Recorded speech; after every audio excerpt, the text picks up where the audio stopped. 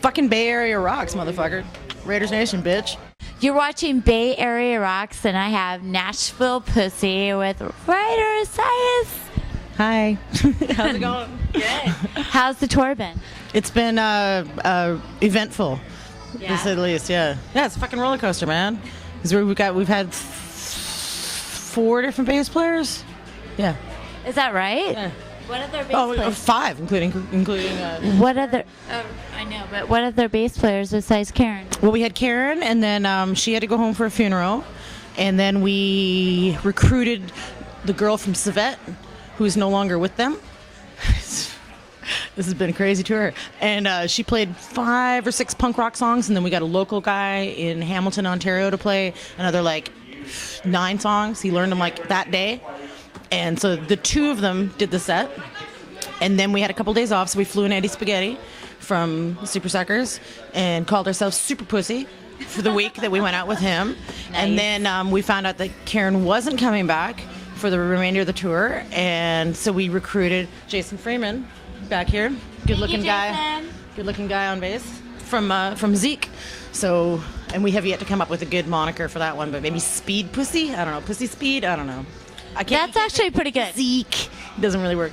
Yeah. But anyways, it's been fantastic. Having So let's talk about Voivod and how they're a great influence in your life, and how you learned of Voivod and the first time you heard them. Oh man, I don't even know the first time I heard them. I'm Canadian metalhead, so I heard Voivod when I was probably 14 or something like that. And when I told my mom that we were going out on tour with them, she's like, "Oh, you love those guys." So it goes down, and it's the family knows that I was all super fucking excited about it. How many shows did you guys play with them? We only did so we played 2 before, but this time we were actually all on a bus together, which was a fucking riot.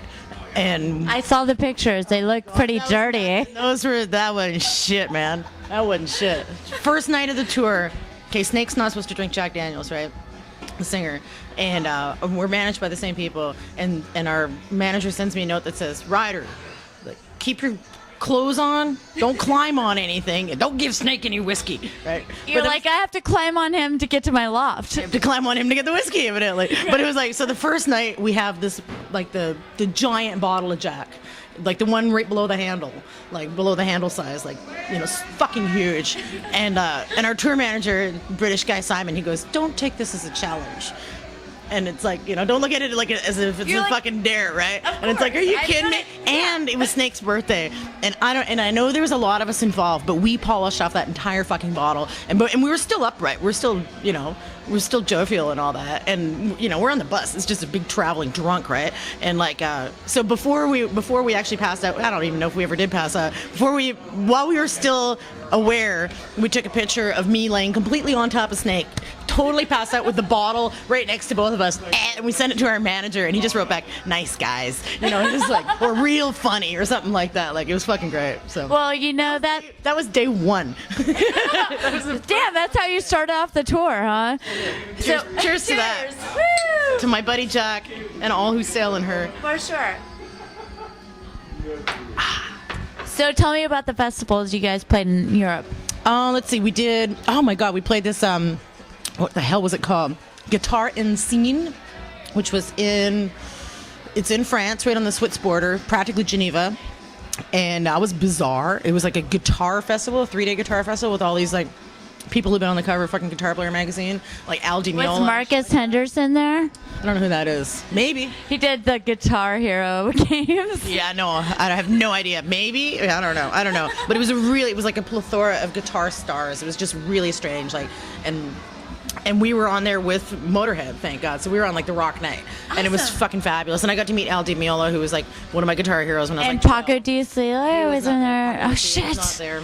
Or Paul McLaughlin. Wait. Yeah, John McLaughlin. Sorry. Yeah. No, none of those guys. Just Al Di Meola was there. But that was really cool. And then after that, we played this thing called the Bulldog Bash, which was a huge Hells Angels festival that's held in the UK, in Stratford-on-Avon, where William Shakespeare is from. Wow. And that was also very cool.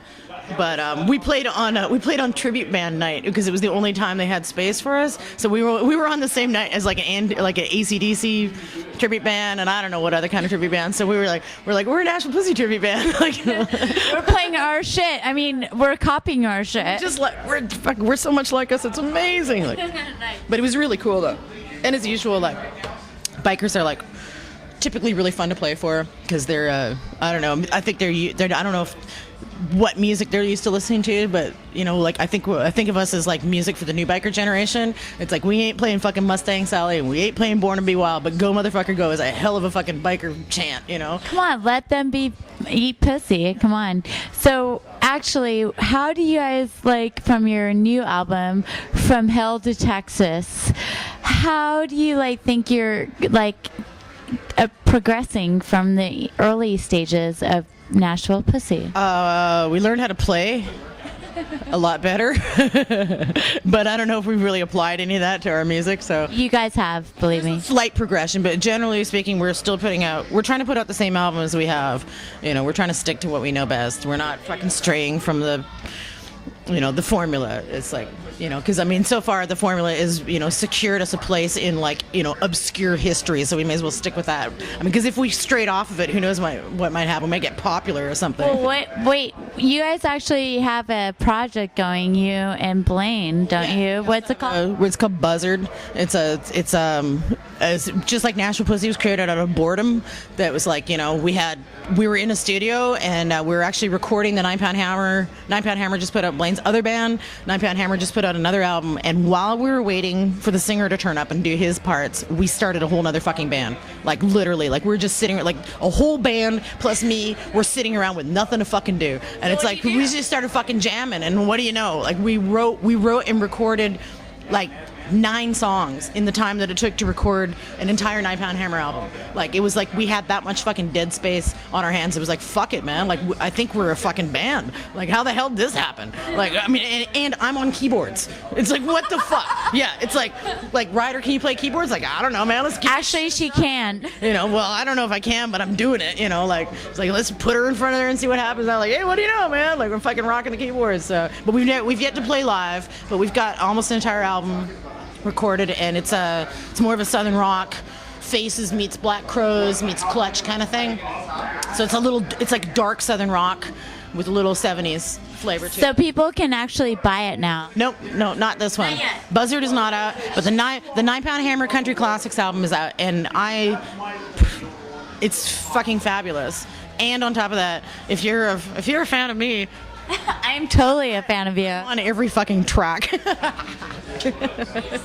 And it's and as usual, it's location, man. I just happen to be sitting in the studio, and they're like, anybody in here know how to play a mandolin? I'm like, I can do that. You know, like anybody in here know how to do a whistle? I can do that. Like anyone here got a great idea for, you know, like whatever. I'm fucking there. So you know, I'm a player's player. I like to play. Which everyone really appreciates, for sure. Evidently. Yeah, for sure. Use me, baby. I got a bunch of shit, man. Use it. So what's the future have to hold for Nashville Pussy? Oh, the future is just bright and shiny and Like a calendar? Oh, we're almost done. the future is full of cheesecake, cocaine, and sexy little boys. It's fabulous. Okay, well, thank you for like giving us your time, and I really appreciate it.